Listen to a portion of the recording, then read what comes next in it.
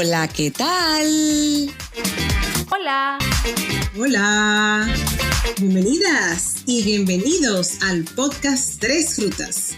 Yo soy Rebeca Espinosa y estoy en Estados Unidos. Yo soy Andel Nicasio y estoy en Puerto Rico. Y yo soy Verónica Montenegro y estoy en República Dominicana. Y nosotras somos tres amigas en rutas diferentes que estaremos conversando sobre temas de actualidad, controversiales y transformadores.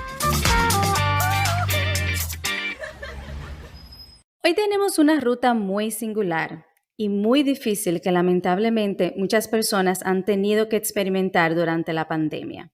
Y es la de no poder despedir a nuestros seres queridos de la manera que tradicionalmente lo hacemos, ya sea dentro del contexto de tradiciones familiares, religiosas o espirituales. Sin duda, la pandemia ha hecho cambios significativos en la forma de llevar el duelo. Por ejemplo, como no poder visitar a nuestras personas con COVID-19 mientras están hospitalizadas, no poder abrazar a nuestros familiares o amigos y amigas en tiempos de tanta incertidumbre y dolor. Y no poder realizar los rituales tradicionales de despedida, como los funerales y actividades religiosas o espirituales que queremos hacer para conmemorar la vida de esa persona que se nos va. Hoy conversaremos con una de las copresentadoras de Tres Rutas, nuestra querida amiga Rebeca Espinosa. Rebeca pasó por una experiencia muy difícil durante la pandemia, ya que perdió a su padre. Rebeca, gracias inmensamente por tu generosidad de compartir tu experiencia de duelo durante la pandemia, que sé que será de mucho valor para nuestra audiencia. Y aunque vamos a hablar mayormente sobre el proceso del duelo durante la pandemia, quiero empezar preguntándote, ¿cómo te enteraste de que tu papá estaba enfermo del COVID-19? Hola chicas, muchas gracias por tenerme y por abrir este espacio para que podamos conversar sobre esto. Gracias a ti. El cómo me entero de cómo mi padre está enfermo fue por una información, o sea, nosotros vivíamos, o sea, mi mamá, mi padre y mi nana, como le digo yo, o mi segunda madre, ¿verdad? Que ella un día me escribe y me dice que mi padre ha quejado, de una gripe, que está muy mal, que no sé cuánto. Y la verdad es que en ese momento, a pesar de que el COVID estaba, eso fue en septiembre del 2020, o sea, ya de que todos sabíamos del COVID, que sabíamos de los síntomas y todo eso, no nos pasó por la cabeza que era COVID. O sea, él decía que era una gripe de esas que le dan, porque es cierto que le daban muchas gripes. Bueno, no muchas, pero sí cuando le daba era como que lo tumbaba, en buen dominicano. Entonces, nada, o sea, tenía como una semana y entonces cuando pasa esa semana que mi madre y Tina están preocupadas o sea, por la salud de él, entonces ahí deciden llamar a emergencias y entonces, bueno, creo que el 911 fue que llamaron. Y entonces el 911 fue a la casa y entonces cuando lo vieron, dijeron, no, hay que hospitalizarlo, o sea, el señor no puede respirar. Wow, Y estaba bien mal entonces. sí, entonces ahí fue que se lo llevaron. Pero todavía no le pasaba por la cabeza que era COVID-19. Creo que ya a esos días, o sea, ya en ese momento sí. Okay. O sea, ya en ese momento sí como que ya. Como que esto es lo que puede ser, entonces obviamente esto es lo que procede, porque él no podía respirar bien, entonces, o sea, eso es lo que me dicen, porque no estuve allá. Como al no poder respirar, y ya es como que ese síntoma, ¿sabes? El que todos entendíamos que era más propio de lo que era el COVID en ese entonces, porque ya ahora se sabe un poco más, pues entonces sí, ya se tenía esta sospecha. Para contextualizar un poquito en este episodio, para las personas que nos están escuchando por primera vez, para que sepan que Rebeca vive en Estados Unidos y su familia vive en República Dominicana, entonces ella todo lo manejaba a larga distancia, entonces ustedes todos sabemos que en esta época del COVID, que todavía la estamos viviendo, no permiten familiares en la clínica, los pacientes Ujú. entran y no permiten compañía por el riesgo de contagio de las otras personas. Entonces, Rebeca, me imagino que para ti fue mucho más cuesta arriba, porque además de estar en otro país, pues estar con mucho menos comunicación por la condición del COVID. Eh, ¿cómo, cómo te hacías para poder comunicarte, poder tener información de primera mano, como dicen, sobre sus condiciones de salud, su evolución en el día a día, eh, ya que no había mucha comunicación ni con la familia tuya que estaba allá, que está aquí mismo en Dominicana? No, no, comunicación sí había, constantemente. O sea, de hecho, una de mis tías es doctora y ella contactó directamente a la clínica porque tiene muy buenos contactos y esas personas mantuvieron contacto con, o sea, en todo momento. O sea, llegaba un momento en que yo decía, Dios mío, me daba hasta pena con mi tía porque yo decía, la pobre, o sea, es la que está en comunicación en todo momento, o sea, desde toda la parte clínica y todo la terminología que se tiene que manejar, que si los medicamentos, que si ahí vamos a hacer esto, que si vamos a hacer lo otro, o sea, todo fue consultado con ella en todo momento.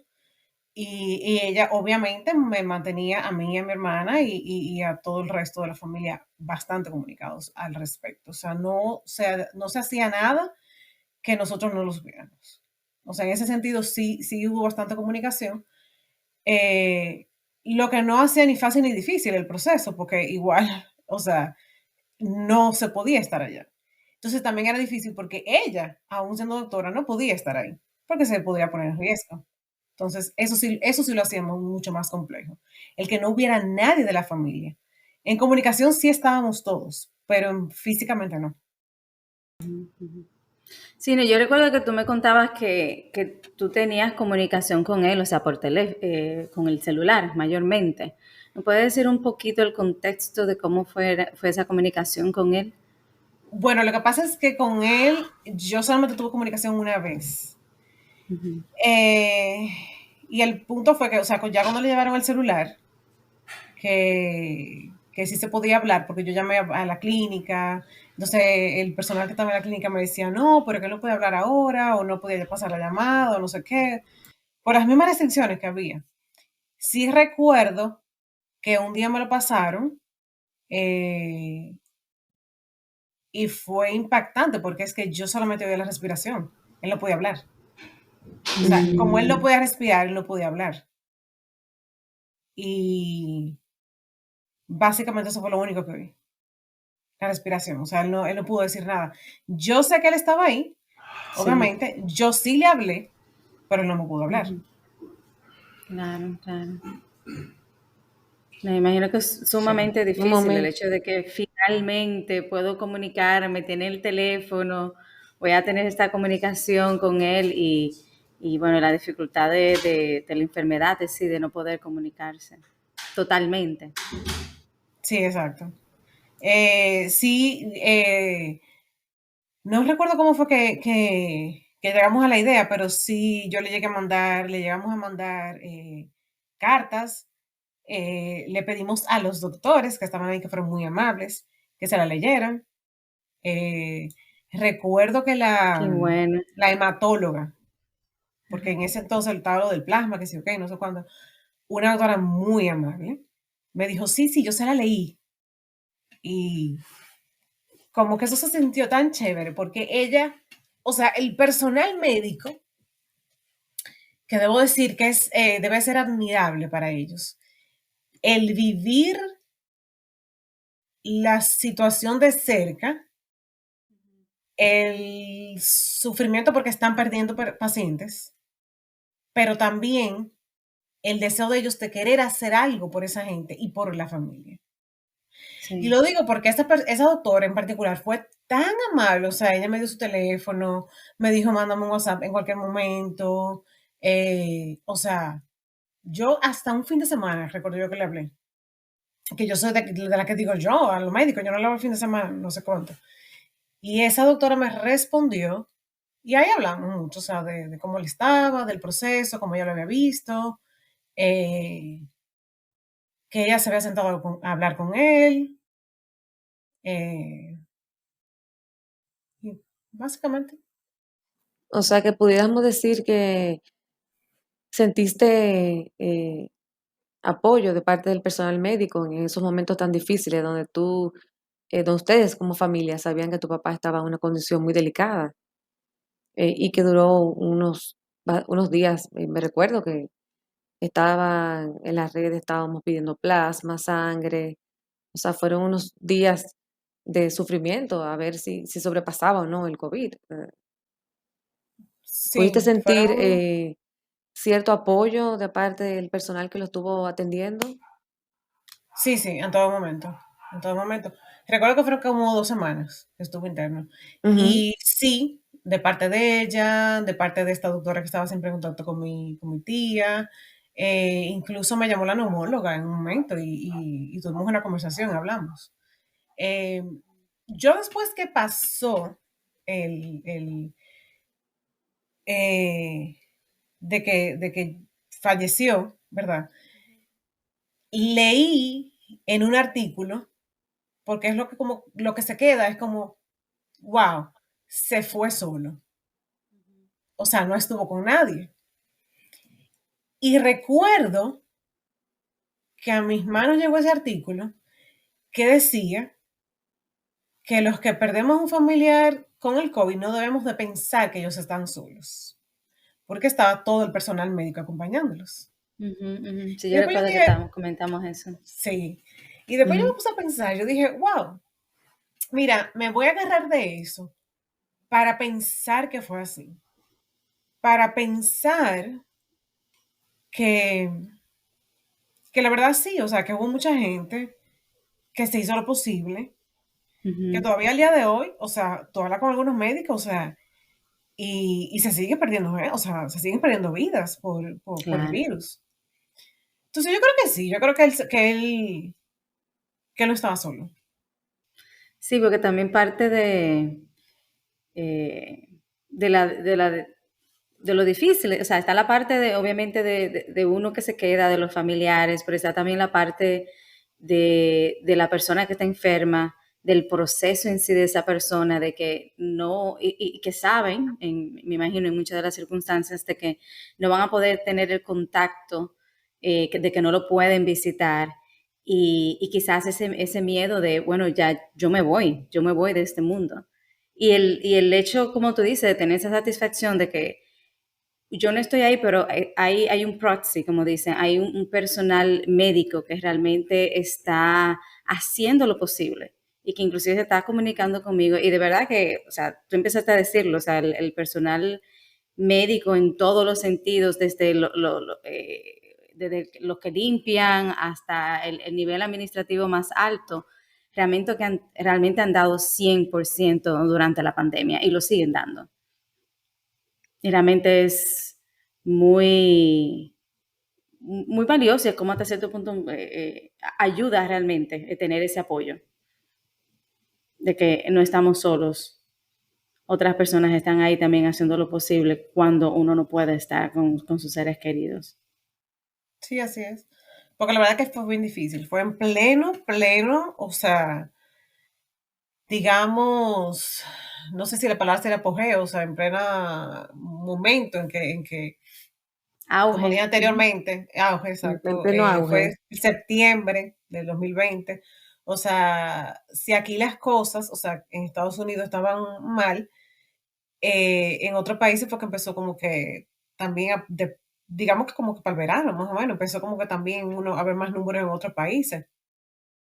Entonces ahí, la verdad que sí, que era bien difícil, o sea, porque que, por lo menos ya hay más conciencia de la enfermedad, llegó el tema de vacunas que aliviaron un poco, no sé qué sé yo cuánto.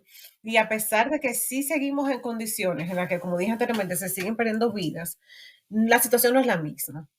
O sea, yo creo que nosotros estábamos en un momento en el que, por ejemplo, yo no podía ir por múltiples razones, entre ellas el que, o sea, al salir mi padre positivo, se le hizo la prueba a todo el mundo en mi casa y todos estaban Ujú. positivos. Yeah. Entonces eso fue algo difícil. De hecho, yo recuerdo que cuando una persona me decía, ¿y tú no vienes? Que fueron de las peores preguntas que alguien me podía haber hecho en ese momento. Yo recuerdo que yo ni le respondí. Porque yo dije, si yo le respondo en ese momento, o le respondo mal, lo cual no es mi forma, tal vez, o sea, ¿verdad? ¿O qué le voy a decir? O sea, como que es lógico, o sea, ¿quién te va a aceptar en tu casa? Yo creo que por ejemplo, hubiera llamado hasta a una amiga, le digo, mira, voy para tu casa, y hasta lo pone en duda, porque es que nadie estaba recibiendo gente, nadie se estaba juntando con nadie, y eso se entiende. Y yo en ese momento decía, ¿cómo es que la gente no lo entiende? Y me está cuestionando a mí de si yo voy a ir allá. Incluso mi tía, que es doctora, fue la que me dijo, óyeme, no hacemos nada, o sea, no podemos resolver nada porque estamos atados de pies y manos, o sea, no lo dejan, no lo puedes ver, o sea, porque no lo van a dejar ver. Entonces, ¿a qué va una gente? Sí, que en todo caso, Eh, inclusive si tú vas, entonces, ¿qué hace eso? Si no puedes estar ahí y como tú dices, no puedes ni siquiera estar con tu familia, o sea que claro, porque la idea de cuando tú es tienes un familiar enfermo es, voy, lo doy apoyo, Cuidarlo, lo cuido, atender. estoy ujú, con mi familia, nos damos apoyo.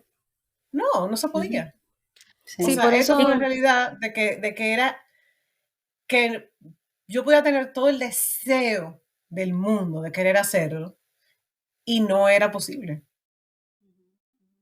déjame comentarte, Rebeca, un poquito con respecto a lo que planteas, que justamente por eso es que el tema del duelo durante el COVID ha sido, vamos a decir, estudiado en los últimos meses y el último año, porque hay otro tipo de manejo con respecto al duelo.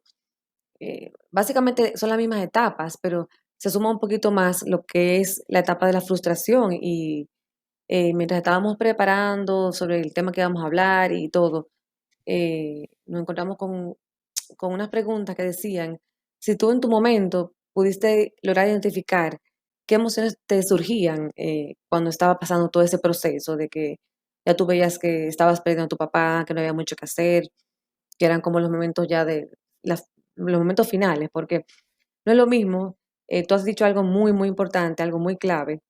No es lo mismo decir, bueno, yo puedo ir, voy a estar en compañía con la familia, hay un sostén, hay un apoyo, y se transita esa etapa del dolor en conjunto, que decir, bueno, no puedo ir, o sea, estoy en COVID, no me puedo despedir, no puedo estar allá, o sea, hay un duelo mucho más difícil de procesar, o sea, hay, hay otro componente que se le agrega a la etapa per se del duelo. Entonces, mientras comentábamos un poquito y leíamos sobre el tema, no sé si pudiste identificar en ese proceso emociones que te surgían, si, si pudiste hacer ese ejercicio mientras pasabas por esa etapa. Tal vez en el momento en que lo estaba viviendo no, pero sí te puedo decir que fueron muchas. Por ejemplo, cuando supe que estaba enfermo, que lo iban a internar, como mi papá es una persona que yo nunca, te puedo decir que nunca se internó en su vida, eh, yo dije, está mal. Entonces ahí viene la incertidumbre, la preocupación, o sea, yo pasé por un proceso de insomnio, o sea, porque yo no podía dormir, obvio, o sea, pensando en eso. Luego, eso fue como todas esas 2 semanas, o sea, día a día era eso. Incertidumbre, duda, ¿qué va a pasar? Eh, ¿Ir a mejorar?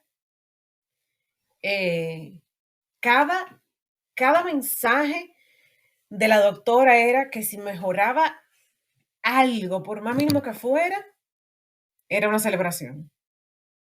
Pero luego algo fallaba. Entonces ahí venía de nuevo la decepción. Entonces, cuando pasa, obviamente viene la tristeza, viene eh, más desesperación por el mismo hecho de no poder decir adiós. Claro. De esa desesperación, esa tristeza, Yo pasé a tener pique con él, porque ¿por qué te dejaste enfermar? Pique conmigo, porque yo decía, pero ¿por qué yo no dije que puede ser COVID? Eh, ahí va también. Luego, pique con la gente, por sus comentarios, por sus preguntas. Déjame ver. Fueron muchas, Sí, no. demasiadas. Lo que sí que nunca cuestioné la voluntad de Dios. Y ahí hasta me sorprendí de mí misma. Cuando alguien Yo recuerdo que incluso en el grupo del que formamos parte, lo que dije, lo que escribí, me acuerdo como ahora, me acuerdo incluso hasta el momento, o sea, la calle, yo me acuerdo en la que yo estaba, me parqué para mandarle mensaje a ustedes, que sé yo cuánto, fue como 2 horas después de saberlo. Escribí, mi padre se ha marchado a la casa del Señor. Y nunca, nunca dije falleció. Bueno, estoy diciendo ahora. Sí, sí, sí. Pero como que eso fue lo que me salió decirle a mi gente cercana, como ustedes, Ujú, ujú. y ya, y todo el que me preguntaba. Sí, sí. Hasta cierto punto, un cambio de casa. O sea, de Sí, su casa se va ahora a la casa del Señor. así lo vi. Ujú. Y así lo sigo viendo. Sí, sí, sí. Luego después de eso te puedo decir, fueron muchos momentos, mira, hay un momento que yo recuerdo que fue bien triste, pero fue bien lindo, porque con todo esto, obviamente, de que estábamos en COVID, que no sé cuánto, yo estaba en el trabajo cuando recibo el mensaje. Y cuando lo dije, o sea, cuando lo pude verbalizar, porque la palabra no me salía, Ujú. recuerdo que una de mis compañeras de trabajo, lo primero que hizo fue abrazarme. Y yo reaccioné como una semana después de eso.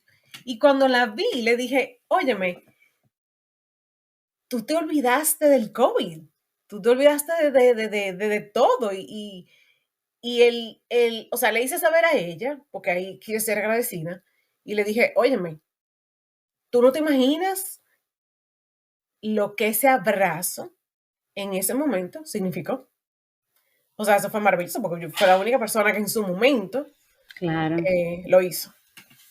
claro. Sí, yo, Y esas sabes que son yo, como esas respuestas hasta cierto punto impulsivas, pero básicamente by default, como ujú, es una situación que lo que amerita es eso y tú, o sea, ante el dolor y ante otras emociones fuertes, o sea, estoy aquí contigo y ya, uno se le olvida que, bueno, la mascarilla y demás, me imagino que tienen mascarilla y todo puesto, más estaban en el entorno del trabajo.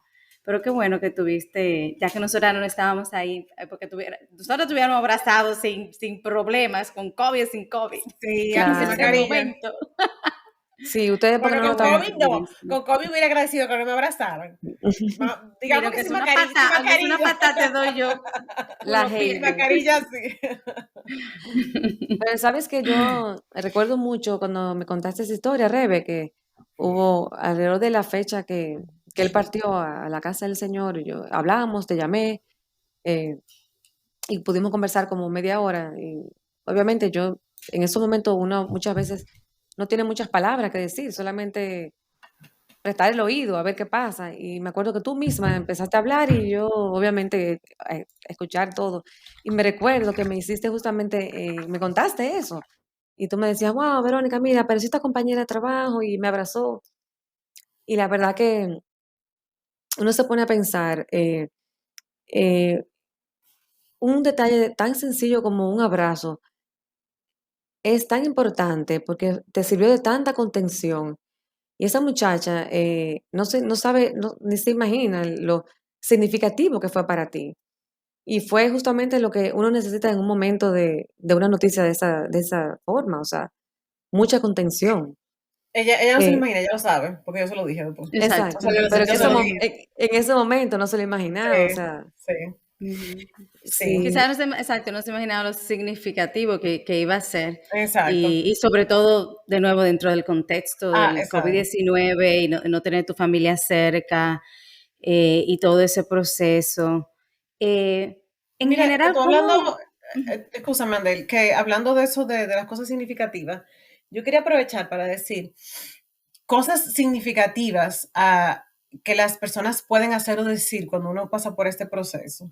Exacto, eso mismo era que te iba a preguntar. Dale. Justamente esa pregunta tenía yo Ok, también. We're Para, synced. ok. estamos sincronizadas. Ok, ok, perdón. Porque la verdad es que, o sea, como que quisiera dejar algo y aportar, no solamente Ujú. mi historia, sino que hay tantas cosas que los seres humanos, y hasta yo me siento culpable de eso, de que hacemos cuando alguien se nos va.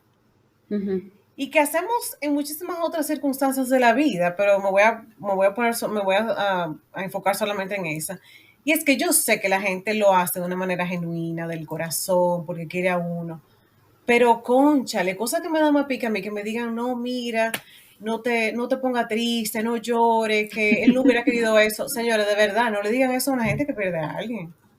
O sea, yo quiero llorar, yo quiero pasar por mi etapa de duelo, yo quiero tener pique, o sea, yo decía, yo quiero tener todo eso, o sea, porque siento que incluso si no lo vivo, si no lo saco, si no lo expreso, no estoy viviendo mi duelo. Entonces, llegó un momento en que yo decía, me voy a tener que esconder a llorar, Ujú. porque entonces parece que es un pecado hacerlo. Sí, me Entonces están yo creo como que, censurando. Ujú. exacto, como que ese cliché de que, mira, él no hubiera querido que tú lloraras, y yo decía, ajá, si no hubiera querido que yo llorara, entonces se va para la clínica y no se enferma y no se muere. Entonces, ¿verdad? Entonces, Sí. como que ese era el momento, o sea, Ujú, ujú. estoy diciendo tal un disparate, pero como que en ese momento ese era mi pique. Esa hubiera sido mi Claro. respuesta. O sea, Claro, claro. no, las cosas Claro. pasaron de una manera en la que tenía que pasar y así mismo es el duelo. Ujú. Entonces yo como que le agradezco mucho a la gente, obviamente, a veces lo decimos por ignorancia, yo también me anoto en esa, me da culpa, pero la verdad que no, hay cosas que es mejor estar y no decir nada y con eso dices más. Ujú, ujú. Y dejar la persona que Eh, sea la que ofrezca inclusive el tema, porque a veces que estamos en ese proceso y estamos tan abrumados que quizás ese espacio que tú necesitas de silencio o de compartir con alguien sin tener que hablar de eso, o sea, eso también puede ser valioso. claro, Y muchas veces la gente lo que quiere es entrar ellos su propio tema y a su sí, manera. sí. Y muchas veces inclusive hasta juzgan. ¿Qué otra cosa tú crees que puede ser beneficioso para las personas que han tenido que pasar por estas y que son también totalmente diferentes? Mira, otra cosa que yo te puedo decir es que así como dije que no cuestioné la voluntad de Dios, también cuando se va a hacer la voluntad de Dios va a pasar. Y algo que a mí me daba también, me dio un poco como vamos a decir, de sentimientos encontrados, era el tema de las oraciones. No es que yo no ore, no es que la gente deje de orar, no, las oraciones son poderosas. No obstante, por ejemplo, algo que me cayó también y lo vi y lo sentí mal porque dije, wow, fue una frase que vi que decía que el tamaño de tu milagro va a depender del tamaño de tu fe. Y yo creo que eso no es verdad. Porque entonces, eso quiere decir que si yo no tuve fe, por eso mi padre se fue y no hubo un milagro. Entonces, todo esto de la religión a mí me puso a pensar tanto en esto oye, sí, vamos a creer en los milagros, vamos a orar, tú verás que va a estar bien, no sé qué. Pero ¿qué pasa cuando precisamente es la voluntad de Dios? Entonces, si somos creyentes, debemos también de saber que si llegó ese momento es porque Dios así lo quiso. Entonces, como que esa falsa esperanza de una oración o de un, mira, sí, va a estar bien o se va a poner bien, yo no sé si hace más bien o hace más mal. Entonces, yo diría como que tal vez cambiemos el discurso, vamos a dar las cosas a Dios, vamos a esperar, vamos a seguir orando, pero no crear esa falta de expectativa, porque es que no sabemos. O sea, si somos creyentes, vamos a caer en el único que sabe es Dios. Ah, Ujú, ujú. Quizá más entonces, dentro de la perspectiva de aceptación y de dejar las cosas en manos de Dios y que la oración propicie la intervención, sea cual sea, de esa entidad, o sea, digo Dios, pero puede ser cualquier entidad religiosa que la persona crea o siga. Exacto, así lo veo. Entonces son esas cosas que tal vez, vuelvo y digo, podríamos